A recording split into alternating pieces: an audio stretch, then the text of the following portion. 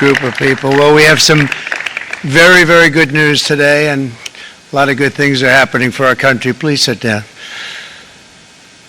My fellow Americans, this is Liberation Day, waiting for a long time. April 2nd, 2025 will forever be remembered as the day American industry was reborn, the day America's destiny was reclaimed, and the day that we began to make America wealthy again. We're going to make it wealthy, good and wealthy. For decades, our country has been looted, pillaged, raped, and plundered by nations near and far, both friend and foe alike. American steel workers, auto workers, farmers, and skilled craftsmen, we have a lot of them here with us today.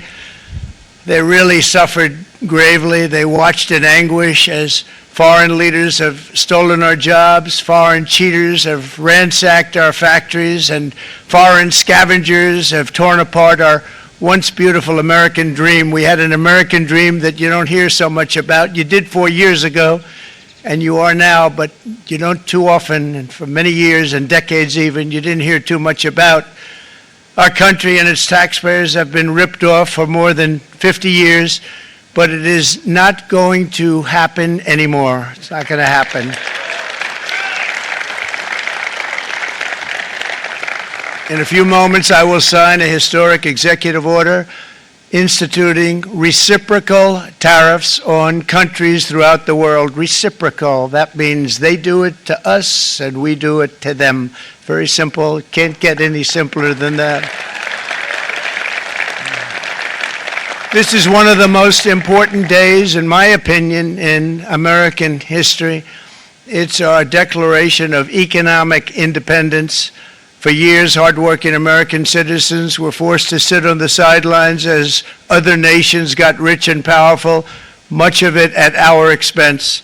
But now it's our turn to prosper, and in so doing, use trillions and trillions of dollars to reduce our taxes and pay down our national debt, and it'll all happen very quickly. With today's action, we are finally going to be able to make America great again, greater than ever before.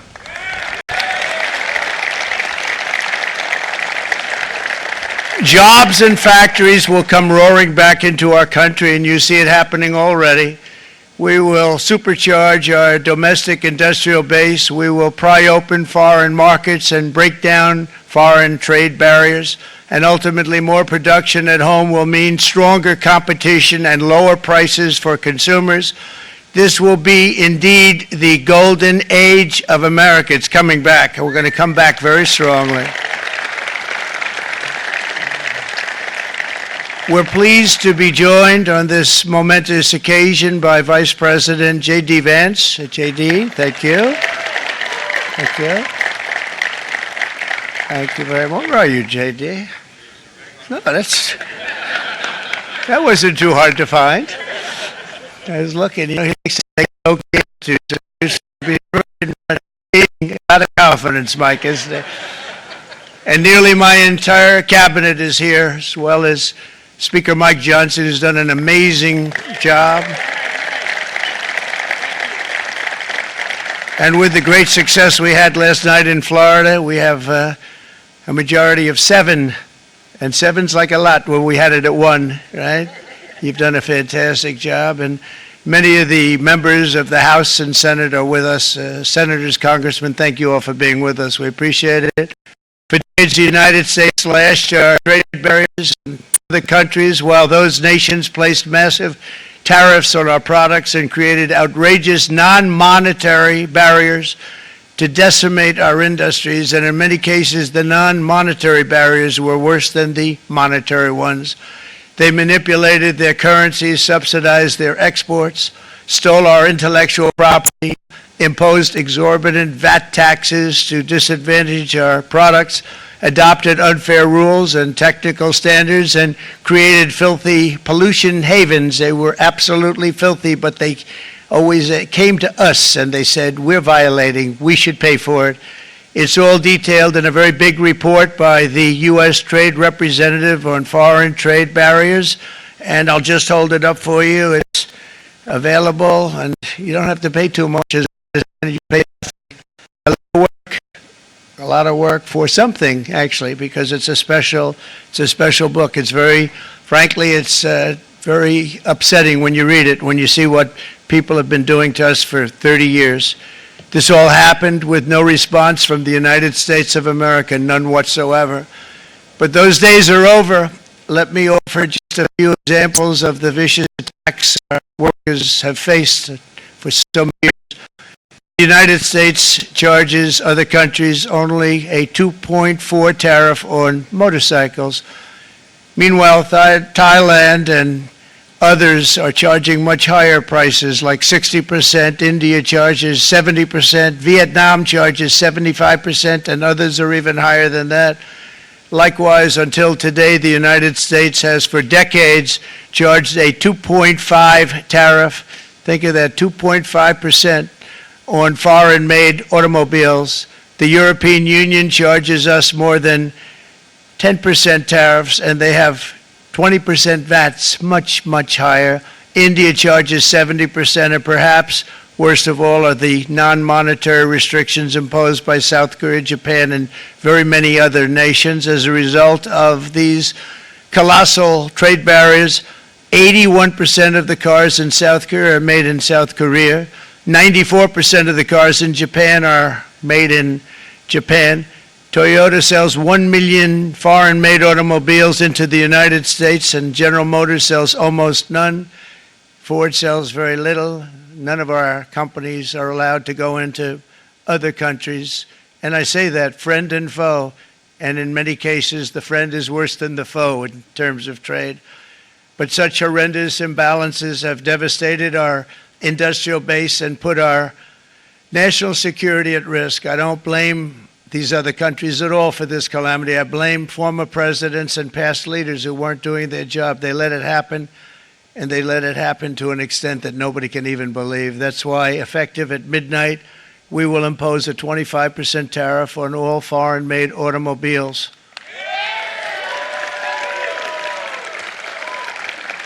Thank you. Brian, I'd like to have you come up here for a second, okay? I just see him sitting. He's been a fan of ours, and he understands this business a lot better than the economists, a lot better than anybody. Brian, say a few words. Great honor to have you. Thanks. Thank you, Mr. President. I grew up just north of Detroit, Michigan, in Macomb County, known as the home of the Reagan Democrats. My first vote for president was for Ronald Reagan. I thought that was going to be the best president I ever saw in my lifetime until Donald J. Trump came along.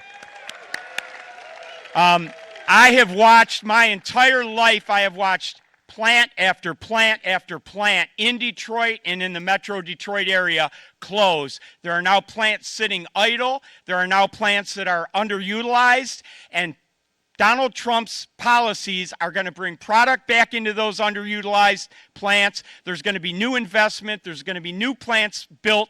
And the UAW members, and I brought 20 of them with me, they're sitting right over here. We support Donald Trump's policies on tariffs 100%. So, Mr. President, we can't thank you enough. And in 6 months or a year, we're going to begin to see the benefits. I can't wait to see what's happening 3 or 4 years down the road. Thank you, Mr. President. Thank you so much. Thank you. What a great guy. He got it right from the beginning. He got it before almost anybody else. This group over there, they got it too. And you know, we won the state of Michigan. We won Michigan by a lot, and I want to just thank you all. The workers were fantastic. The Teamsters were fantastic. Everyone was pretty good, I will tell you. Thank you very much. I appreciate it. You're going to be very happy very soon, and you probably see what's happening with all of the, not only car companies, but car companies in particular. See it with all of the ones they're moving, they're announcing day in, day out. You're seeing it. Nobody's ever seen anything like that. With today's actions, we're also standing up for farmers and ranchers who are brutalized by nations all over the world. Brutalized. Canada, by the way, imposes a 250 to 300% tariff on many of our dairy products. They do the first can of milk. They do the first little carton of milk at a very low price, but after that it gets bad, and then it gets up to 275, 300%. So when they're figuring what's Canada charging, they say, oh, about 2%, 3%. But take a look at what happens down the road. When you look a little bit, it's not a pretty picture, and we don't like it, and it's not fair. It's not fair to our farmers. It's not fair to our country. And with countries like Canada, you know, we subsidize a lot of countries and keep them going and keep them in business. In the case of Mexico, it's $300 billion a year. In the case of Canada, it's close to $200 billion a year. And I say, why are we doing this? Why are we doing this? I mean, at what point do we say, you got to work for yourselves, and you got to, this is why we have the big deficits. This is why we have that amount of debt that's been placed on our heads over the last number of years, and we're really not taking it anymore. Through non-tariff barriers, the European Union bans imports of most American poultry. You understand? They say, we want to send you our cars, we want to send you everything, but we're not going to take anything that you have. Australia bans, and they're wonderful people and wonderful everything, but they ban American beef, yet we imported $3 billion of Australian beef from them just last year alone. They won't take any of our beef. They don't want it because they don't want it to affect their farmers. And you know what? I don't blame them, but we're doing the same thing right now, starting about midnight tonight, I would say.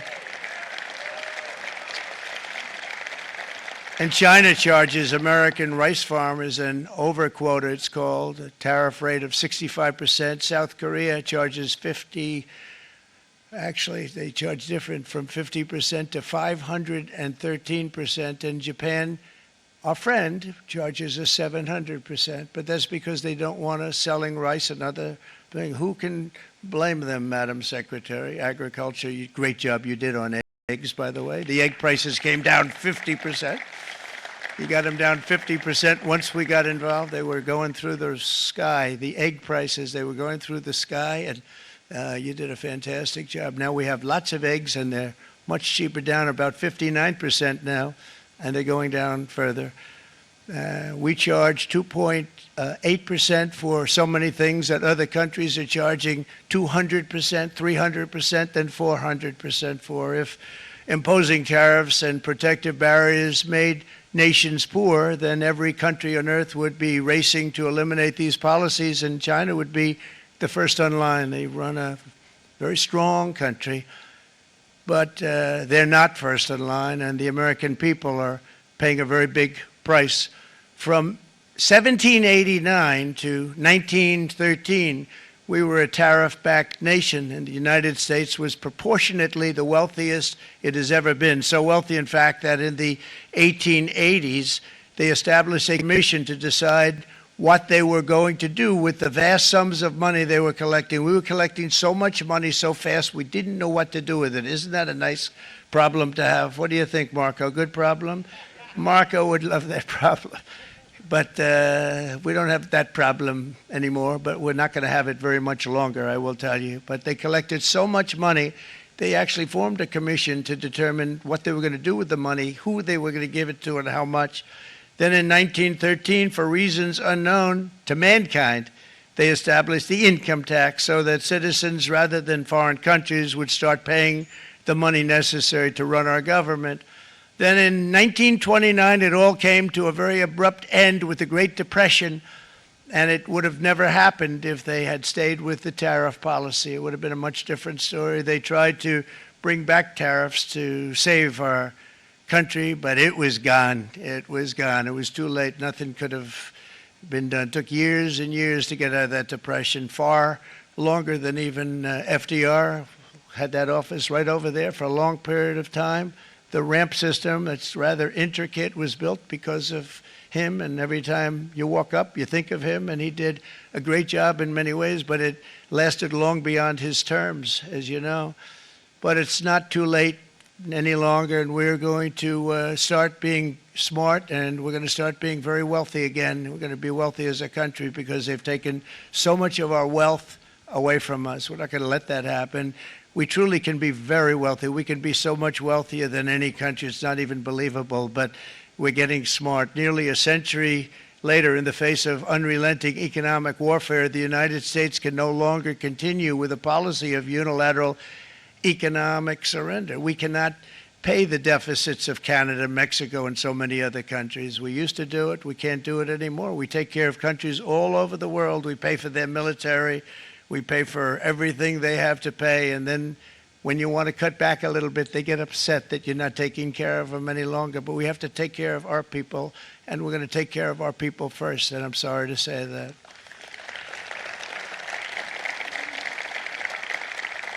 And today we're standing up for the American worker, and we are finally putting America first.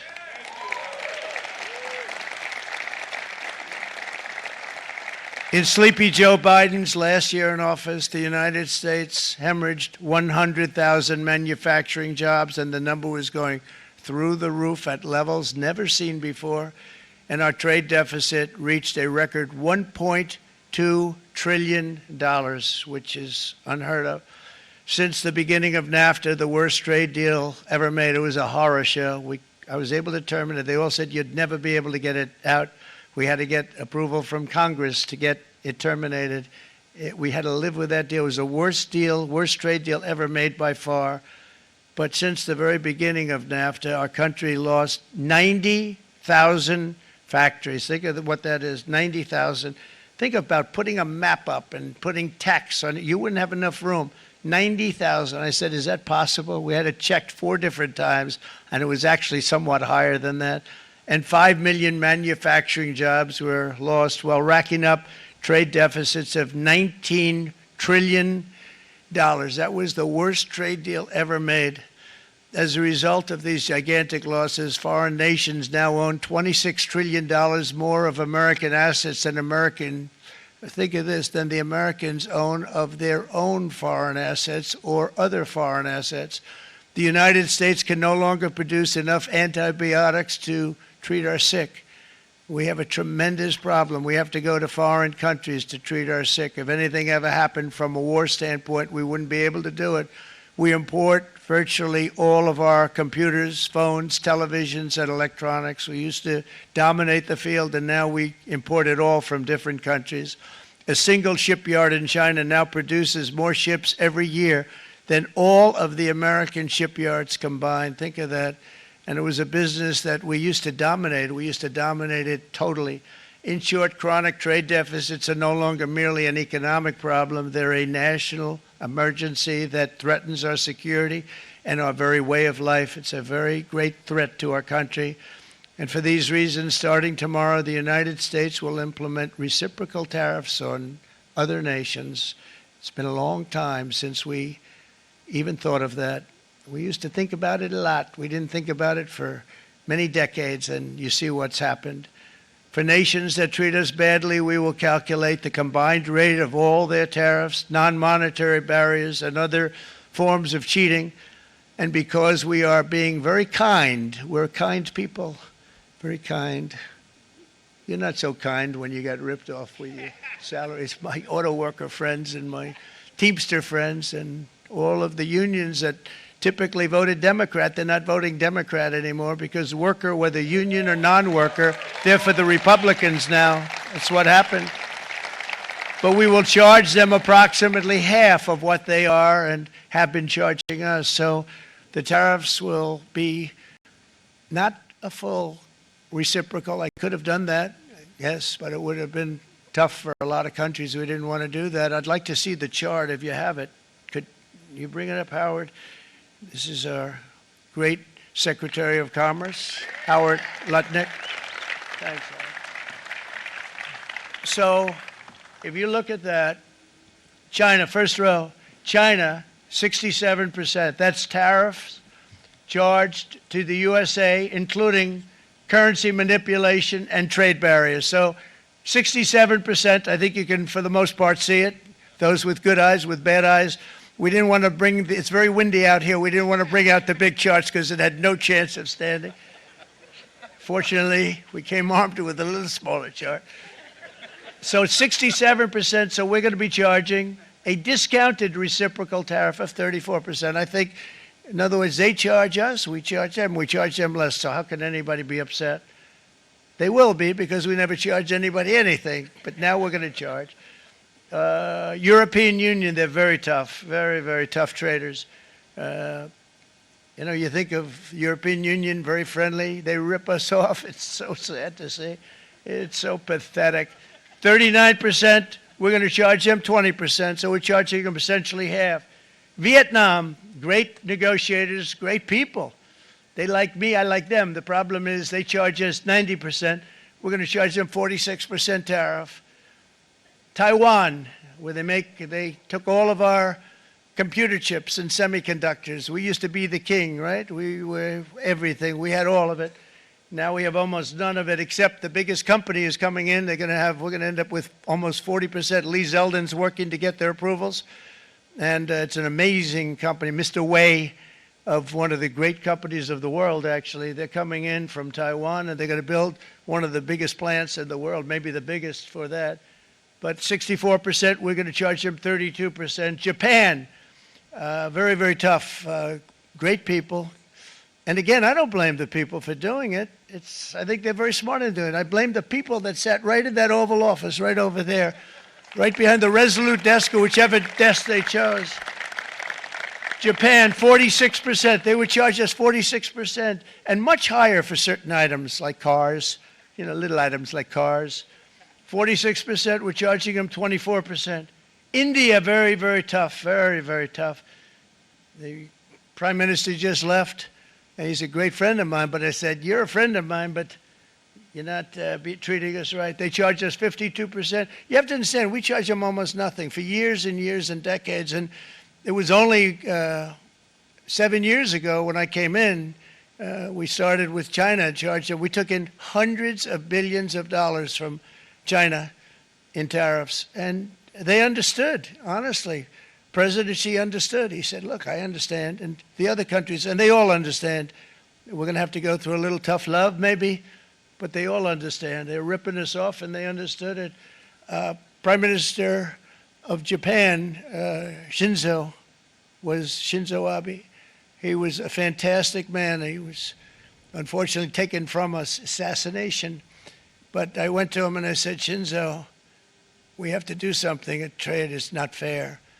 And he said, I know that, I know that. And he was a great gentleman. He was a fantastic man, but he understood immediately what I was talking about. I said, Shinzo, we have to do something. He said, I know that. And we worked out a deal, and it would have been a much better deal, but frankly, there were many years left in the deal that was made previous to my getting there, but it was something. If you look at Switzerland, 61% to 31%. Indonesia, Malaysia, Cambodia. Oh, look at Cambodia, 97%. We're going to bring it down to 49. They made a fortune with the United States of America. United Kingdom, 10%, and we'll go 10%. So we'll do the same thing.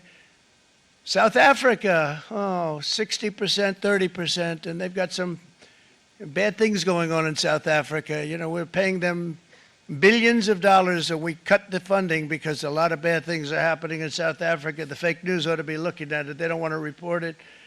Brazil, 10%, 10%. Bangladesh is 74%. So you see what's going on.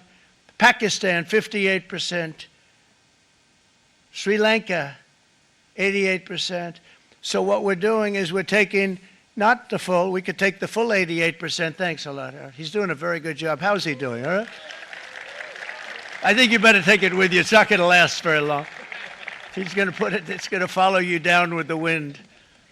But here, would anybody like a hat? I'm not giving it to the cabinet. I'm giving it to the auto workers. Come here.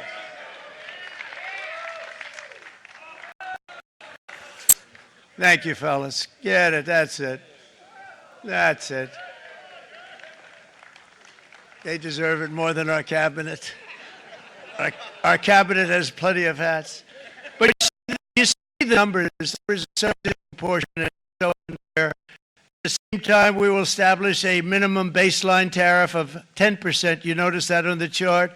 And that'll be on other countries to help rebuild our economy and to prevent cheating. So we're going to have a minimum of cheating, and we're going to be very severe on the people that at the gate that watch the tariffs and watch the product coming in, because there's been a lot of bad things happening at the gate because the money is so enormous that you're talking about. There's never been probably anything like it in terms of the enormity, and there are a lot of bad things happen at the people that do the check-in, and they're looking at 10-year jail sentences if they do play. We're going to treat them so good, but if they cheat, the repercussions are going to be extremely strong. Foreign nations will finally be asked to pay for the privilege of access to our market, the biggest market in the world. We're right now the biggest market in the world. We had a great country 4 years ago in terms of the economics. We were doubling up on China. We were doing so well. Nobody was going to catch us, but so much of it slipped away over the last 4 years under Biden. I campaigned on this policy throughout last year, and today that promise was made, and it was also a promise, as you know, that was kept. Promises made, promises kept. To any company that objects to our common sense reciprocal tariffs, again, reciprocal, back and forth, back and forth. And I call this kind reciprocal. This is not reciprocal, it's kind reciprocal. But what we do is we cut it in half, we show them. It's very simple if they complain. If you want your tariff rate to be zero, then you build your product right here in America, because there is no tariff if you build your plant, your product in America. And we've seen companies coming in like we've never seen before. Likewise to all of the foreign presidents, prime ministers, kings, queens, ambassadors, and everyone else who will soon be calling to ask for exemptions from these tariffs, I say, terminate your own tariffs, drop your barriers, don't manipulate your currencies. They manipulate their currencies like nobody can even believe, which is a bad, bad thing and very devastating to us. And start buying tens of billions of dollars of American goods. Tariffs give our country protection against those that would do us economic harm. And many people were looking to do us economic harm. Maybe not so obviously, but they were doing tremendous economic harm. But even more importantly, they will give us growth. These tariffs are going to give us growth like you haven't seen before, and it'll be something very special to watch. I am so looking forward, and Brian, it's going to happen even faster than you said. You know, you might say, but it's already started. It's already started. Work's already begun on plants all around the country, and you see that before. These are big, rich companies. We have $61 billion started on a big plant going up. It's going to be announced over the next 2 days, and already started work. Many of these the biggest companies in the world committed to build. We're going to build, sir. And they came here to see me, and wanted to know if they could have a press conference. I do as many as I can. I'm pretty busy trying to stop Russia and Ukraine and the Middle East. We got to stop that. We got to stop the Houthis, which we're making tremendous. They like shooting ships down and out of the water, sinking ships. They get a kick out of it, but they're not getting such a kick out of it now, are they, Mr. Secretary? They're not getting such a kick out of that now. But here are just a short list of some of the companies that have already announced and committed to investment. And this is a company that built its factories and its plants in China. Apple is going to spend $500 billion. They never spent money like that here. They're going to build their plants here. SoftBank, OpenAI, and Oracle, great companies, are investing $500 billion almost immediately. NVIDIA, a hot company, is investing hundreds of billions of dollars. They just announced. TSMC, the biggest, most important company in the world of chips from Taiwan, with no investment from us, is investing $200 billion. And they said the reason was, one, the election of November 5th, number two, the tariffs. They don't want to pay the tariffs, and the way they're not paying it is to build their plant here. So we're going to go from almost no percentage. We used to have 100% of the chip market. Now it's all in Taiwan. Almost all of it's in Taiwan. A couple of other countries, but mostly in Taiwan. And think of it. We had 100%. We lost it because of people in that office that didn't do their job. They allowed it to be stolen from us. Johnson & Johnson, great company, $55 billion. Eli Lilly, $27 billion. Meta is investing $500 billion. The MAC is investing in CMA, CM, $1 billion, and then players, Stellantis, General Motors, GE Aerospace, Honda, Nissan, Hyundai are all putting in billions and billions of dollars, and they're committed 100%. So. And we've never had, and this is after 2.5 months. This is after just a short, this all took place as soon as we came out with what everybody wanted to do. You know, I watched a gentleman today on television, he used to work with Lee Iacocca, a very respected automobile person, and he said, you know, because they're asking people, and they try and get as many negative people as they can, but they can't find them too much. It's pretty hard to find in terms of what we're doing, especially when they see all this investment. He said, so tell me, what do you think of what Trump is doing from the automobile standpoint? He said, I can't believe it.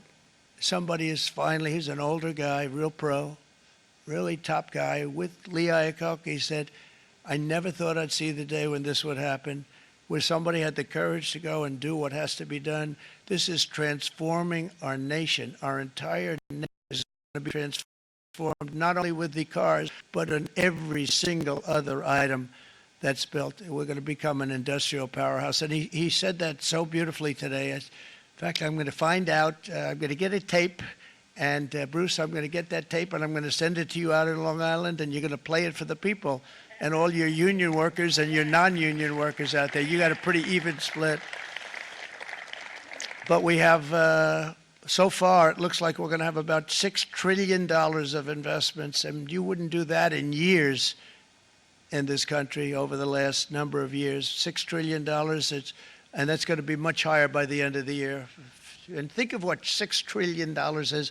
You wouldn't have even a small percentage of that under this other system. We're going to be an entirely different country, and it's going to be fantastic for the workers. It's going to be fantastic for everyone. There will never have been a transformation of a country like the transformation that's already happening in the United States of America. It's an incredible thing to watch, and it's incredible to meet with the top people, people that you read about, very wealthy people, or people that are great managers and executives and presidents of big public companies, and to watch the enthusiasm they have now that they didn't have. They gave up on our country. They went to foreign countries and they built. Companies are pouring into our country at levels never seen before, with jobs and money to follow, and it's really beautiful. In the coming days, there will be complaints from the globalists and the outsourcers and special interests and the fake news. Always, the fake news will always complain. But never forget, every prediction our opponents made about trade for the last 30 years has been proven totally wrong. They were wrong about NAFTA. They were wrong about China. They were wrong about the Trans-Pacific Partnership, which would have been a disaster if I didn't terminate it. If I didn't terminate that, United Auto Workers, you would have had no jobs in this country. You would have had no jobs. It was all going to other countries. In my first term, they said tariffs would crash the economy. Instead, we built the greatest economy in the history of the world. And again, I have great respect for President Xi of China, great respect for China, but they were taking tremendous advantage of us, and I commend them for that. I say, hey, if you can get away with it, that's okay. But, you know, they understand exactly what's happening, and they probably, most of them are saying it's about time they did something, but, and they're going to fight, and they're going to fight fair. Everyone's going to fight. You know, it's like, I say to the leaders, look, you got to take care of your country, but we have to start taking care of our country now. We can't do what we've been doing for the last 50 years. From the day of my election, the stock market went up in my first term 88%, with NASDAQ going up 155%, more than any president has ever had in any term in office, by far. And I think we're going to blow that away. And maybe the numbers won't show, but I think they're going to show much better than even those numbers. But what you're going to see is you're going to see activity, that empty, dead sites, factories that are falling down. Those factories will be knocked down, and they're going to have brand new factories built in their place. They're not only talking about renovating, they're talking about brand new, the best anywhere in the world, the biggest anywhere in the world. I have a friend who builds car plants. And I said, I want to see the biggest and the best. He said, well, we have to go to Mexico. I said, no, I want to see it in the United States. He said, we're not building them in there. This is a year and a half ago during the campaign. He said, we're not building it. You'd have to go to Mexico. When I was starting to decide to run, and I went to number one in the polls very rapidly, I want to say, like let's say in the first hour, and then shortly thereafter, it looked like I was going to win, and the fake news was saying, "Oh no, don't do this." What they don't know is if I didn't win, they would have really been in trouble, because nobody wants to read them anyway. But I tell you what, when it looked like I was going to win, I announced that I was going to be doing exactly what we're talking about today. Great consistency, actually, because I've been talking about it for 40 years. But because I saw what was happening 40 years ago. If you look at my old speeches when I was young, very handsome, my old speeches, and that people would say, I'd be on a television show, I'd be talking about how we were being ripped off by these countries. I mean, nothing changes very much. The only thing that changed were the countries, but nothing really changes. But it's why it's such an honor. It's such an honor to be finally able to do this. If you look at China, I took in hundreds of billions of dollars in my term, hundreds of billions. They never paid 10 cents to any other president, and yet they paid hundreds of billions, so much so that Biden couldn't do anything. They wanted to try and terminate it because he had a very special relationship with China. You know what the relationship was? He had a special relationship. But the numbers were so big, that they couldn't do it.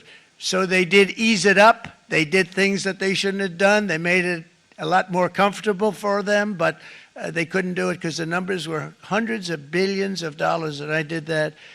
And we were on our way to doing something like incredible. And then we had a very bad election happen, a very bad election. A lot of bad things happened. So when I said we got to do it again, I said we have to make it too big to rig. And we made it too big to rig, and we won in records. And it was a monumental win. And it was such an honor to see so many of you, like Brian and your friends, here with us to celebrate, and to more importantly celebrate what we're doing, because that wouldn't be a full celebration if we didn't do this, because this will be an entirely different country in a short period of time. It'll be something the whole world will be talking about it. The critics made the very tired predictions earlier this year, but in February, core inflation dropped to the lowest rate in 4 years, and the price of eggs, as you know, just in a month and a half, we were there for 4 weeks, and the first week I got blamed for eggs. I said, I just got here. They said eggs have gone up at like 250% and you can't get eggs, and they were going crazy, and I said, I just got here. And then we got to work on eggs, and we got to work on everything, and our great Secretary of Agriculture, you did a fantastic job, Brooke Rollins, she did a fantastic job. And as I said before, the price of eggs dropped now 59%, and they're going down more, and the availability is fantastic. They were saying that for Easter, please don't use eggs. Could you use plastic eggs? I said, we don't want to do that. We want to, and you really came through. It's an amazing job. Thank you very much, Brooke. You did great. But likewise, an old-fashioned term that we use, groceries. I used it in the campaign. It's such an old-fashioned term, but a beautiful term, groceries. It sort of says a bag with different things in it. Groceries went through the roof, and I campaigned on that. I talked about the word groceries for a lot, and energy costs now are down, groceries are down, gasoline is way under $3, and people are beginning to be able to buy things and live again. We brought prices way down. We created 10,000 already in a few weeks, new manufacturing jobs. And it was that took place in 1 month, numbers that they haven't seen in a long time. We had virtually no inflation under my term. We had virtually no inflation for 4 years, but after transitioning over to Sleepy Joe, it went from almost non-existent to the highest in the history of our country.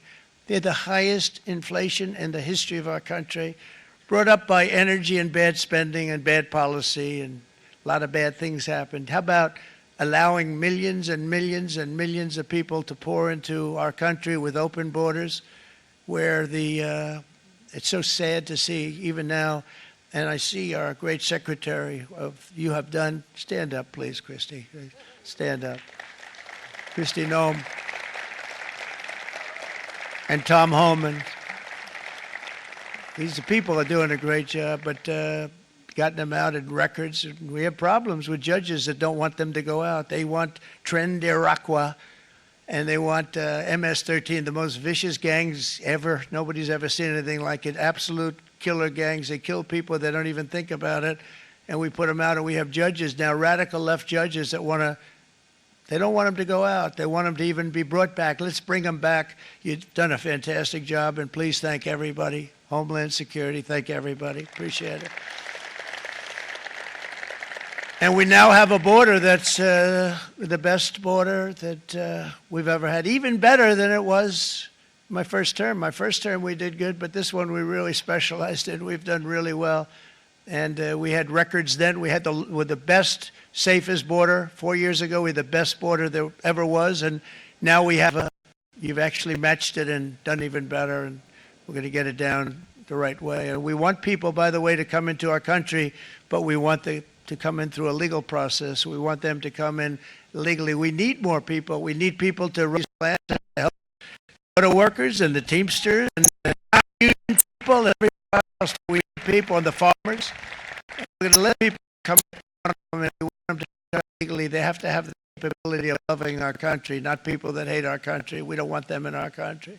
And now we're going to pass the largest tax cuts in American history, and that's where we're relying on Mike and John Thune. And we will not cut Social Security, Medicare, or Medicaid benefits, and the Democrats will, because if they got in, the entire economy would collapse. This country was heading for a collapse under the people that you saw. They were horrible. I think one of the reasons people like the job, I have my highest approval ratings because I think they're comparing me to the worst administration in the history of the country. I appreciate that. But the House, Johnson, and Senate Majority Leader, appreciate it.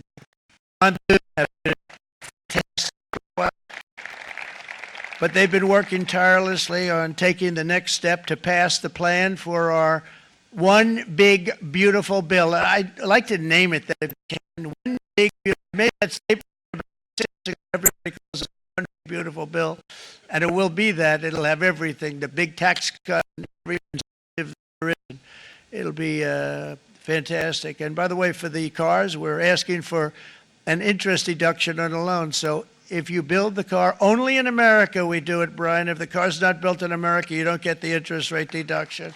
But if you build the car in America, if you buy a car, if it's built in America, then you get an interest rate deduction, tax deduction, and that's a big thing. That's going to be a big thing. I think that's going to pay for itself very quickly, that deduction. Never happened. We've never had anything like that before. Somebody said, where do you get the idea? Because it's so basic. You would think that would have happened a long time ago.